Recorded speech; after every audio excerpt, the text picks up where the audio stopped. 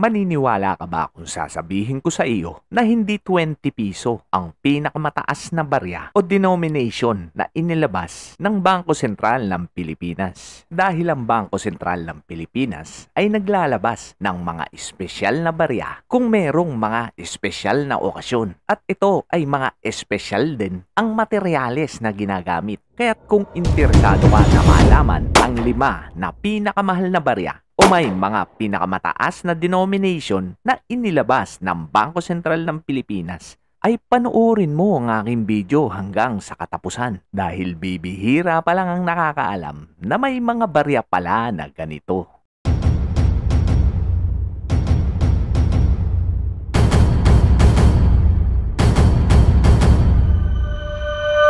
Magandang araw at magandang buhay mga kabarya. Bago natin umpisahan ang kwento ay pamilyar ka na ba sa salitang denomination? Ito yung currency amount na makikita sa barya. Tulad nito, ang makikita ay 20 piso. Kaya ang denomination nito ay 20 piso. At ito ang pinakamataas na halaga na denominasyon dito sa Pilipinas na standard circulating coin. At ito namang nakikita nyo na 500 piso ay tinatawag naman na non-circulating coins. Limited lamang ang pagkakagawa. Pamilyar na rin ba sa'yo ang salitang bullion value? Kung hindi pa, ang ibig sabihin lamang nito, ito ay ang kasalukuyang presyo o halaga ng metal na nasa barya. At ito ay pabago-bago, depende sa inflation rate. At ang bullion value ay ginagamit lamang sa mga precious metal tulad ng silver, gold, platinum at palladium. At dahil pamilyar ka na sa denomination at bullion value ay atin ang umpisahan ang 5 pinakamahal o may mataas na denomination na barya na ginawa ng Bangko Sentral ng Pilipinas. Nasa pang-5 pwesto ang 5,000 piso 50th anniversary of the Central Bank.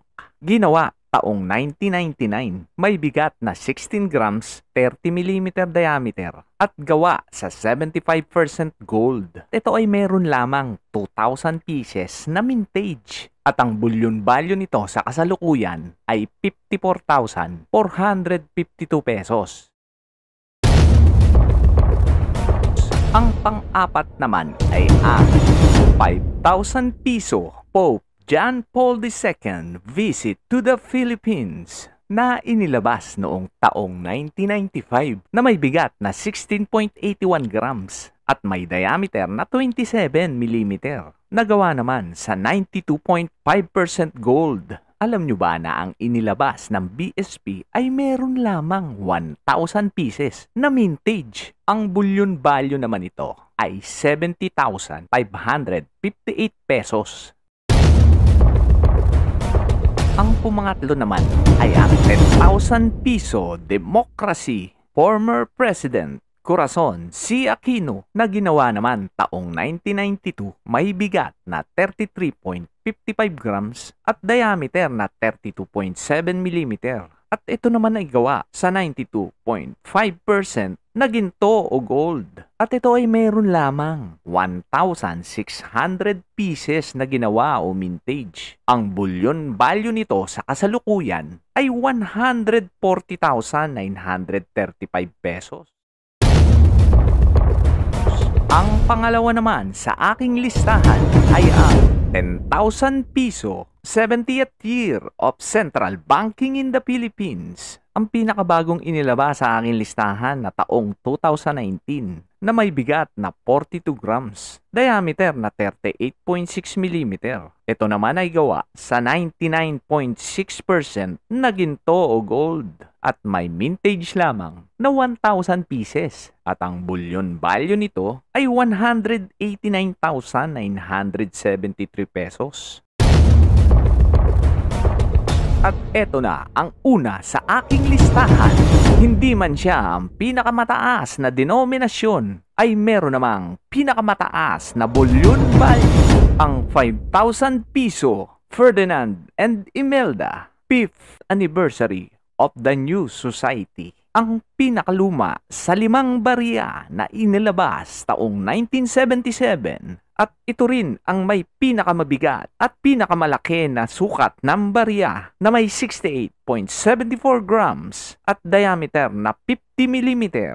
Nagawa naman sa 90% gold na meron lamang 2,832 pieces na mintage at ang 100 pieces dito ay special and circulated na may bullion value na 280,955 pesos. Na dahil nga sa kanyang sukat at sa kanyang bigat, kaya ito ang may pinakamataas na bullion value. Pero alam nyo ba, kapag sinama ang collector's value, dahil nga kakaunti lang ang ganito at rare, at isama mo pa ang magandang grado nito ng third-party grader, alam nyo ba ang halaga nito sa auction? Ito ay pumalo ng 351,042 pesos noong taong 2023 sa Heritage Auction na may grade ng NGC na PR69 Ultra Cameo. Almost perfect. At kamakailan lang sa aking dinaluhan na auction, panoorin nyo mga kabarya kung magkano ito inabot.